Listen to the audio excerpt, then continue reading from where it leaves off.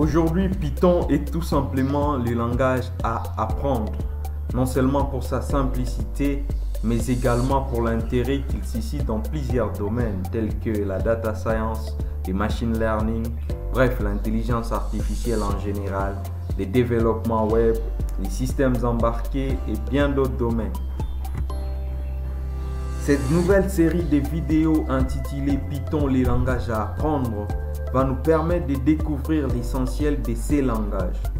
Dans cette première vidéo, nous allons voir les points essentiels. Premièrement, il sera question de présenter les raisons pour lesquelles l'apprentissage de Python devient une priorité. Ensuite, nous allons présenter quelques détails liés à ces langages.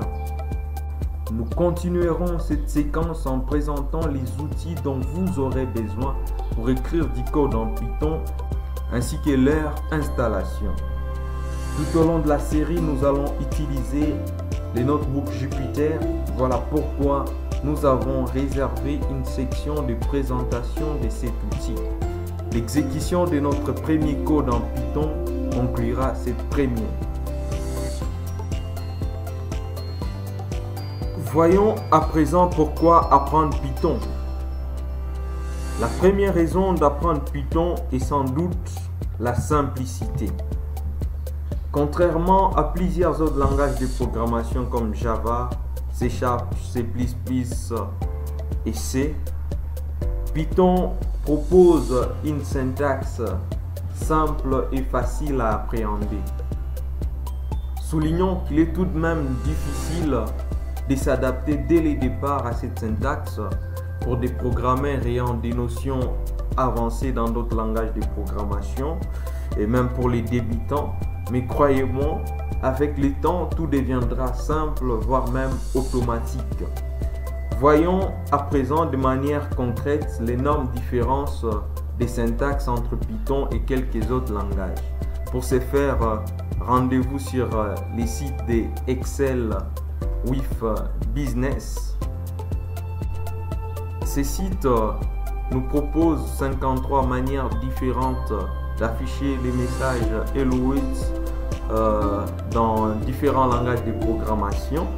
Hello World est tout simplement les messages qui est lancé généralement lorsqu'on commence l'apprentissage d'un langage de programmation, traduit littéralement en français par bonjour les mondes. Nous allons également voir à la fin de cette vidéo comment afficher Hello World en Python. Bonjour les mondes. Nous n'allons pas bien sûr parcourir tous les 53 langages, mais voyons à présent quelques langages comme les C. Nous pouvons voir les lignes en C qui nous permettent d'afficher bonjour les mondes. En C++, on a la syntaxe. C# également vient juste en bas. Dart qui nous permet également d'afficher bonjour les mondes. Dart qui est un langage qui monte en puissance avec la programmation mobile à l'aide de Flutter. Alors passons à Go. Avec Go, alors comment on affiche bonjour les mondes? Essayons de voir Java. Java est là. JavaScript, c'est un peu plus loin. En une seule ligne de code, on sait afficher bonjour les mondes. Voyons PHP. On a l'affichage avec PHP. À présent, nous allons voir comment ça se fait avec Python. Vous êtes d'accord avec moi? Visiblement, avec Python, la syntaxe est simple et facile à utiliser. Après cette petite exploration, nous constatons que Python propose une quantité de code extrêmement réduite. Il permet donc d'optimiser la productivité d'un programmeur, ce qui a suscité dans le monde des programmations une forte attention à l'égard de ces langages. Et au fil des années, on a vu la communauté Python monter en puissance. Avec une communauté si large et une forte demande sur des sites comme Stack Overflow, Python est aujourd'hui le langage le plus populaire. C'est bien de le dire ainsi théoriquement, mais voyons à travers quelques résultats concrets appuyant cette popularité.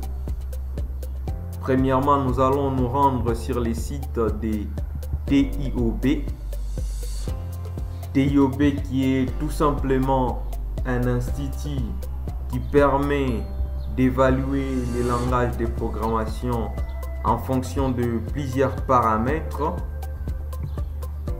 Il se base généralement sur des recherches effectuées sur des moteurs de recherche comme Bing, Yahoo, Google et sur bien d'autres sites comme YouTube, Amazon, Baidu. Il utilise plusieurs autres paramètres, les nombres de formations en ligne, les nombres d'ingénieurs qualifiés et plusieurs autres paramètres. Et là, nous pouvons voir que chaque mois, il y a un nouveau classement. Nous sommes en mars 2022 et jusqu'à présent, Python occupe la première place en tant que langage populaire du mois avec un taux de 14,26%. Nous allons descendre un peu plus bas. Là, nous pouvons voir les langages ayant obtenu le prix du lauréat langage de l'année. Et comme on peut les remarquer, dans les 5 dernières années, Python est à 3 reprises langage de l'année. Ce qui fait actuellement de Python le langage le plus populaire. Après avoir exploré les sites TIOB, nous allons également jeter un coup d'œil sur les résultats proposés par Stack Overflow. Stack Overflow qui est un site proposant des questions et réponses sur un large choix de thèmes concernant la programmation informatique. Et comme vous pouvez le constater, chaque année, Stack Overflow explore les outils et les technologies que les développeurs utilisent actuellement. Sans prendre beaucoup de temps, essayons de voir les résultats proposés par Stack Overflow. Nous voyons que JavaScript vient en première position avec 64,96%, suivi des HTML et CSS. Python vient juste en 3e position. Au fil des ans, la popularité de Python ne se dément pas et qui donne aux développeurs de se tourner davantage vers ces langages, et cela peu importe les domaines. Aujourd'hui, le langage Python est utile dans plusieurs domaines. Il est utilisé pour le développement web, l'intelligence artificielle, les machine learning, les systèmes d'exploitation, le développement d'applications mobiles, les jeux vidéo et bien d'autres domaines. Rendez-vous pour l'instant sur le site de JetBrains.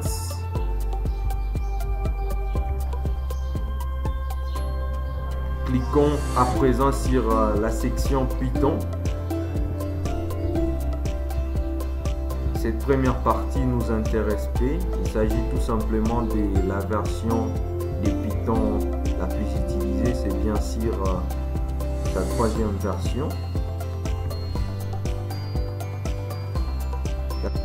Cette question a été posée par JetBrains aux développeurs Python pour savoir en quoi Python est utile pour eux.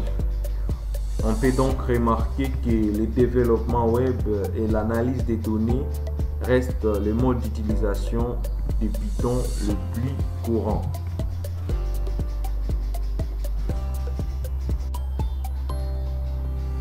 En dehors de tous ces points présentés précédemment, Python présente plusieurs autres avantages. Il est un langage multiplateforme, pose plusieurs outils et bibliothèques. JetBrains affirme que Python et JavaScript sont les langages les plus appris Près de 30% des répondants à son enquête les ont appris au cours des 12 derniers mois. Il affirme également que la proportion des développeurs Python qui travaillent pour des grandes entreprises est plus élevée que chez les autres développeurs. N'oublions pas que Python est open source, pas besoin de licence pour l'utiliser.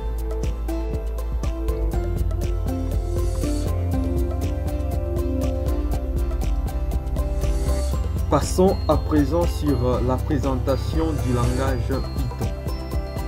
Nous n'allons pas bien sûr traîner sur ce point du fait que plusieurs détails ont été évoqués précédemment.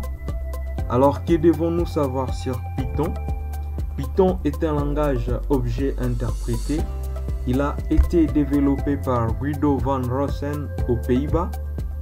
Le nom Python ne vient pas forcément du serpent, mais plutôt d'un groupe d'humoristes Monty Python, admiré par les créateurs du langage. Aujourd'hui, Python est le langage le plus utilisé, particulièrement sur l'analyse des données et le développement web. Il est à sa version 3.10. Voyons à présent quels sont les outils qui vont nous permettre d'écrire du code en Python. Il existe plusieurs outils. Nous vous présentons ici 4 parmi eux. L'outil le plus simple à utiliser, c'est bien sûr Idle de Python. Facile à installer.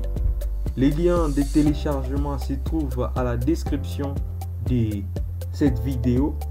Je vous conseillerais de l'utiliser en cas de problème avec Jupyter Notebook. Nous avons également VS Code proposé par Microsoft, PyCharm proposé par JetBrains. Et pour les cadres du cours, je vais utiliser particulièrement Jupyter Notebook. Et pour les cadres de ces cours, je vais utiliser particulièrement Jupyter Notebook. Les détails par rapport au choix de cet outil sont donnés à la section suivante. Partons à la découverte de Jupyter Notebook. Pourquoi le choix de Jupyter Notebook? J'ai préféré cet outil parce qu'il facilite une bonne lisibilité du code en Python. Présenté sous forme d'une page web, Jupyter a été créé pour faciliter la présentation du travail de programmation d'un développeur en Python et dans d'autres langages et nous permet de bien partager son code. Il est beaucoup plus utilisé pour l'analyse des données, mais pour une bonne raison d'interaction, je vous recommande cet outil. Il y a plusieurs manières de l'installer, mais la manière la plus simple, c'est bien sûr d'installer l'outil Anaconda qui intègre déjà l'environnement Jupyter. Pour ce faire, rendez-vous sur les sites officiels d'Anaconda.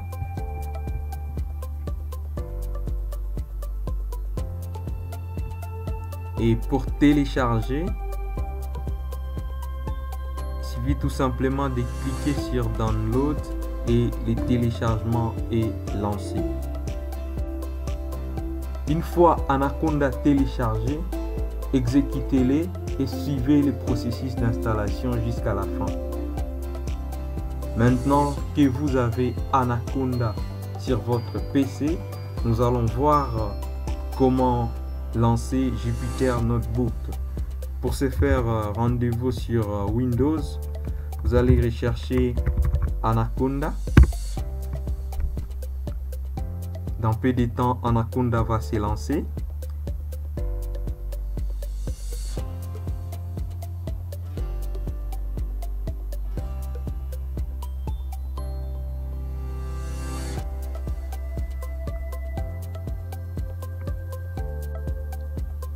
Voici l'interface d'accueil d'Anaconda. Nous avons plusieurs applications. Pour l'instant, l'application qui nous intéresse c'est Jupyter Notebook. Vous allez cliquer sur Launch pour lancer.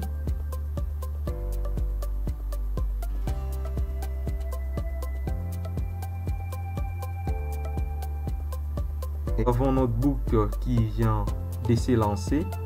Pour commencer à écrire du code en Python, c'est mieux de créer déjà un sous-dossier, soit au bureau de votre ordinateur, soit dans mes documents ou download, ça dépend de vous, de l'endroit où vous allez vous retrouver facilement. Je vais essayer de créer au bureau un nouveau dossier.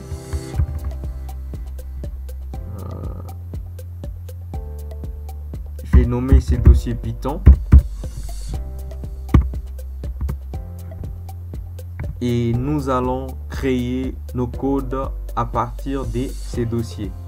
Maintenant qu'on a créé notre dossier, retournons sur Jupyter Notebook. Je vais me diriger au bureau. Vous voyez qu'il y a mon dossier Python qui vient d'être créé. Pour lancer notre premier code en Python, c'est simple. Vous allez à droite de votre écran. Vous avez les boutons New. Cliquez sur ces boutons. Ensuite, sélectionnez l'option Python 3. On a dit que Python était à sa 3e version. Alors, les pourquoi de Python 3.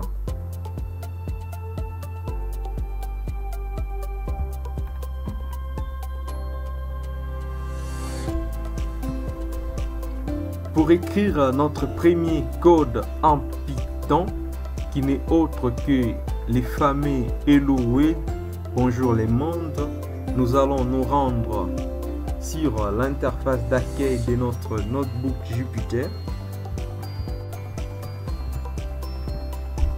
Eh bien, nous y sommes à l'interface bien sûr de la création des codes en Python 3.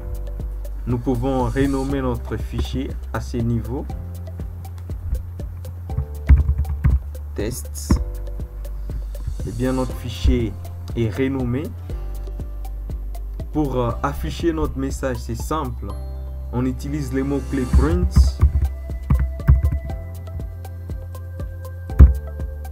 suivi du message entre parenthèses. Notre message Hello World.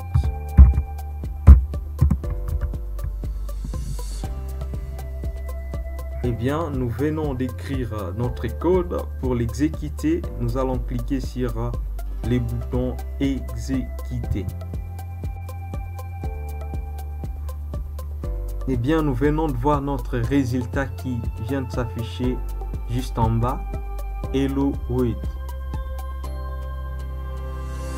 Tout ce que je vous propose, c'est écrire ces messages en votre langue locale pour vous exercer.